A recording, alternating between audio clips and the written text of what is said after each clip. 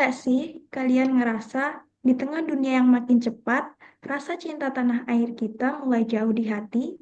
Padahal justru sekarang Indonesia butuh kita lebih dari sebelumnya. Halo Sobat Bangsa, selamat datang di podcast Dialog Kebangsaan, ruang ngobrolnya para ASN muda yang nggak cuma kerja di belakang meja, tapi juga mikir, ngerasa, dan bertindak untuk negeri. Saya, Zahra Putri Indah Solihah, CPNS Mahkamah Agung, Formasi Analis Perkara Peradilan, Penempatan Pengadilan Agama Samarinda, dan hari ini kita akan membahas topik penting yaitu rasa cinta tanah air dan bangsa di era modern. Tapi saya tidak sendiri nih. Sudah hadir 4 narasumber muda yang sangat cerdas dan inspiratif dengan semangat yang luar biasa sebagai bagian dari abdi negara. Yuk langsung saja kita berkenalan dengan masing-masing beliau. Silakan untuk Kanoni. Baik, terima kasih Kak Zahra atas waktu dan kesempatannya. Kepada teman-teman semuanya, perkenalkan nama saya Noni Relinda Elok Parswari, biasa dipanggil Noni, asal saya Sidoarjo dan satker saya saat ini di Pengadilan Agama Tabanan. Terima kasih.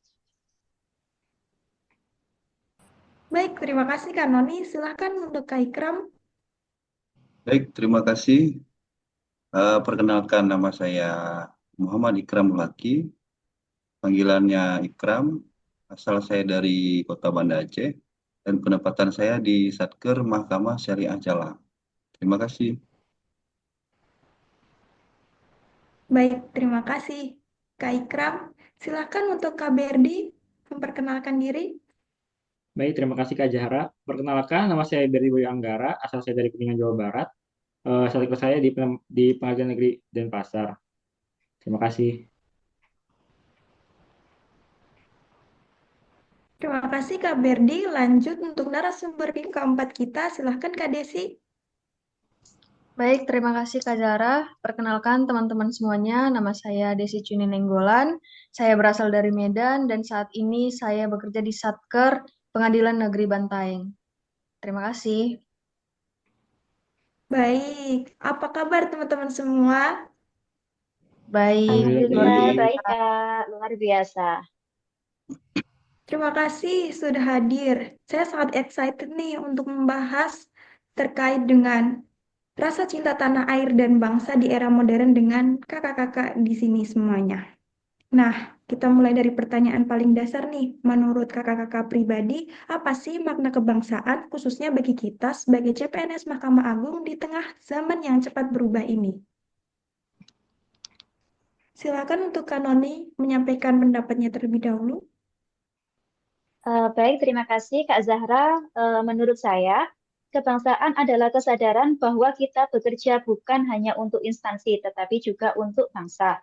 Di pengadilan, tepatnya, setiap berkas perkara yang kami terima dari para pihak itu bukan suatu bentuk administrasi saja, tetapi juga eh, suatu kehadiran negara di mata rakyat untuk memberikan keadilan dan menjamin hak-hak yang bisa mereka peroleh.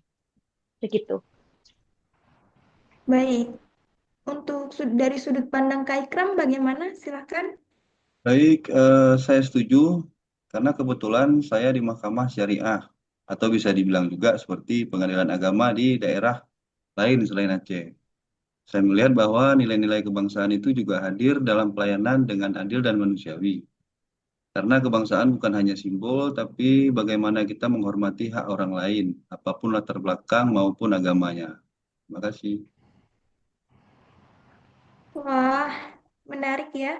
Ternyata maknanya bisa sangat luas dan aplikatif di kehidupan sehari-hari. Tapi memang tantangannya banyak juga. Nah, untuk itu kita masuk ke bagian yang agak serius nih.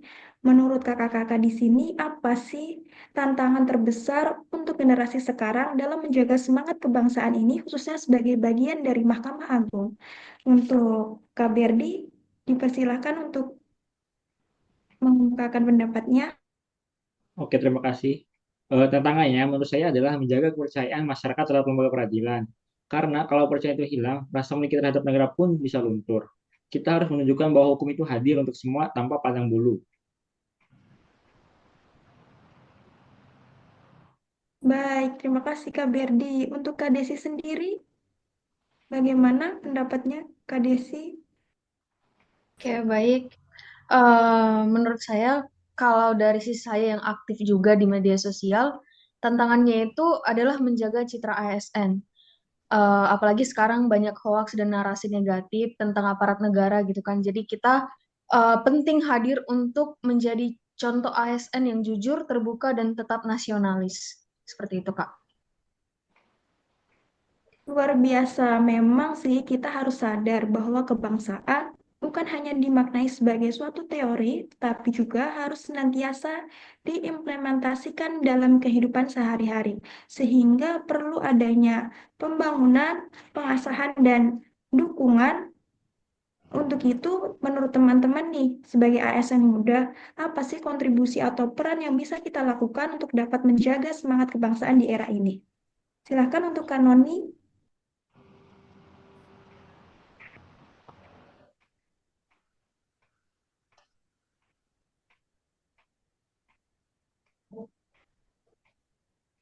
Mohon maaf, Kak, di unmute.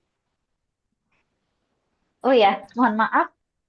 Eh, Menurut saya, peran kita itu sangat strategis karena sebagai ASN muda itu kita merupakan suatu agen perubahan sebagai motor perubahan yang mana dalam memberikan pelayanan, kita harus memberikan pelayanan yang cepat, ramah, dan bebas pungli.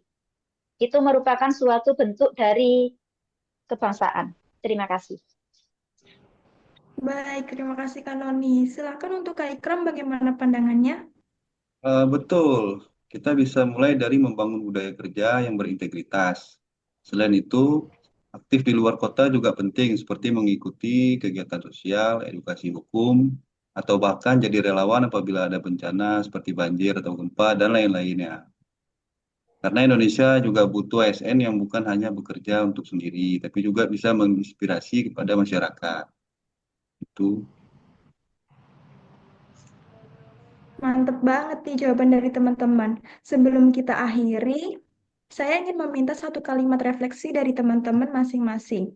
Sebagai ASN muda, gimana sih kita bisa merefleksikan hal tersebut? Silahkan Kanoni. Eh, Satu kata refleksi saya yakni bangga jadi bagian dari Mahkamah Agung harus diiringi dengan kerja nyata dan pelayanan terbaik untuk masyarakat. Baik, terima kasih Kanoni. Silahkan Kak Ikram. Dari saya, cinta tanah air itu bukan hanya teori, tetapi sikap perilaku hari-hari dalam keputusan yang adil dan akan kita wujudkan di pengadilan-pengadilan Mahkamah Agung. Baik. Bagaimana nih dengan Kak Berdi? Oke, refleksi dari saya adalah jangan biarkan birokrasi mematikan semangat. Jadilah ASN yang progresif dan peduli rakyat. Terima kasih. Kalau untuk Kak Desi, silahkan. Oke, dari saya mungkin ASN muda harus hadir di dunia digital, bukan cuma untuk eksis, tapi juga untuk mengedukasi dan menjaga semangat kebangsaan. Itu saja, Kak. Wah, luar biasa banget diskusi hari ini. Terima kasih banyak buat teman-teman semuanya yang udah sharing pemikiran dan pengalaman masing-masing. Mudah-mudahan obrolan kali ini bisa membuka perspektif dari teman-teman semua bahwa kita semua punya peran sekecil apapun itu dalam membangun dan mencintai bangsa ini. Saya yakin semangat kita semua akan jadi inspirasi untuk banyak orang. Buat sobat bangsa yang dengerin podcast ini, ingat ya, menjaga kebangsaan itu bukan cuma soal tugas di hari kemerdekaan atau tanggal 17 Agustus saja, tapi juga tugas harian kita, terutama sebagai bagian dari abdi negara. Sampai jumpa di episode selanjutnya podcast Dialog Kebangsaan. Mari terus jaga Indonesia lewat pikiran, tindakan, dan semangat kita. Suara ASN Muda Gemas Semangat Kebangsaan. Terima kasih. Terima kasih. Terima kasih. Sama-sama.